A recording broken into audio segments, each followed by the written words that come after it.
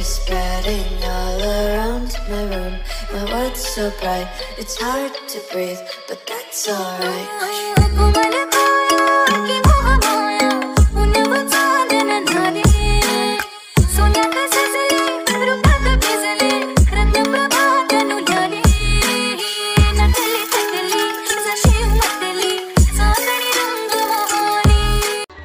নমস্কার বন্ধুরা, সকলে কেমন আছো? আশা করছি সকলে ভালো আছো।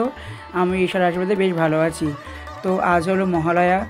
আমাদের বাড়িতে যেহেতু মা দুর্গা প্রতিষ্ঠিত আছে, মা দুর্গা বলতে আমাদের বাড়িতে মা দুর্গার অভয়ার প্রতিষ্ঠিত এবং তার উপরেই মা দুর্গার সমস্ত রূপের বিশেষ পুজো দেওয়া হয়। তার মধ্যে শারদীয়া দুর্গা পুজো, বিশেষ করে তার অষ্টমী তিথি এবং মহালয়া তিথির বিশেষ করে ছোটোখাটো করে মোটামুটি একটা পুজো দিয়ে নেওয়া হয়। তো আজকে তার মহালয়ার পুজো, তার কিছু ক্লিপস তোমার জন্য নিয়ে রেখেছিলাম, আমি তোমাদের সাথে শেয়ার করবো বলে। তাই তো মায়ের জন্য গাঁথা হয়েছিল পদ্ম পাপড়ির মালা এবং পদ্ম বীজের মালা। পুরো ভিডিওটা দেখবার জন্য সকলের কাছে অনুরোধ থাকবে। আর চ্যানেলে যদি নতুন হয়ে থাকে চ্যানেলটিকে অবশ্যই সাবস্ক্রাইব করে পাশে থাকা বেল আইকনটি প্রেস করে রাখতে হবে, যাতে এই চ্যানেল থেকে সারা সমস্ত ভিডিওই প্রথমে আপনার কাছে তার নোটিফিকেশান যায় সারা হলে পর। আর আমার চ্যানেলে নিয়মিত ভক্তি কন্টেন্টের এবং হাতের কাজ এবং এখানে ওখানে ঘুরতে যাওয়ার 3 রকম টপিকের ভিডিও ছাড়া হয়, বিশেষ করে ভক্তি কন্টেন্টের। তো সেই ভিডিওগুলো দেখবার জন্য কিন্তু অবশ্যই চ্যানেলটিকে ভিজিট করতে হবে। তো মহালয়ার মধ্য দিয়ে পিতৃপক্ষের অবসান ও দেবীপক্ষের শুভ সূচনা হয়ে গেল। মায়ের আগমনী তিথি আজকের দিনে বাঙালির বিশেষ আবেগ, বিশেষ আনন্দের দিন। আমি একটা মিনি ব্লগ আপলোড করেছিলাম যে আজকে হলো বাঙালির সেই বহু প্রতীক্ষিত ভোর। অর্থাৎ আজকের দিনে কত লোক কত কিছু কত আনন্দ করে, কত টাকায় তর্পণ করতে যায় নদীতে, তারপরে মায়ের বিশেষ পুজো করে বাড়িতে, কেউ মন্দিরে যায়। তো আমি তো কোনো জায়গায় কিছু করতে যাইনি, আর বাড়িতেই ছোটোখাটো করে মায়ের পুজো দিয়ে নিয়েছি। পদ্ম পাপড়ির মালা গেঁথেছি, তারপরে পদ্ম বীজের মালা গেঁথেছি এবং বিশেষ করে আমাদের বাড়ির আজকে যেটা নিয়ম, মাকে 9 রকম মিষ্টি দিয়ে ভোগ দেওয়া। অর্থাৎ মায়ের 9টা রূপ নিয়ে মা অভয়া দুর্গা, সেই করে মাকে 9 রকম মিষ্টি দিয়ে ভোগ দেওয়া।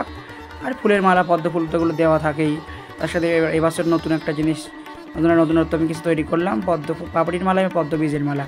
অবশ্যই আনকা রকম দেখতে, কিন্তু অবশ্যই জানিও কেমন লাগছে। আর ভিডিওটা শুরু থেকে শেষ অবধি দেখবার জন্য সকলের কাছে অনুরোধ থাকবে যে ভিডিওটা অবশ্যই সকলে শুরু থেকে শেষ অবধি দেখো। আর শুরু থেকে শেষ অবধি দেখলে অবশ্যই সকলে ভালো লাগবে, এটা আমি তোমাদের কাছে আশা রাখছি। আর শুরু থেকে কে শেষ অবধি দেখলে অবশ্যই কমেন্ট করে জানাতে কিন্তু ভুলো না যে আমি শুরু থেকে শেষ অবধি ছিলাম, আছি, দেখছি। তো তোমরা ভিডিওটা দেখে থাকো, ভিডিওটা কন্টিনিউ করতে থাকছি।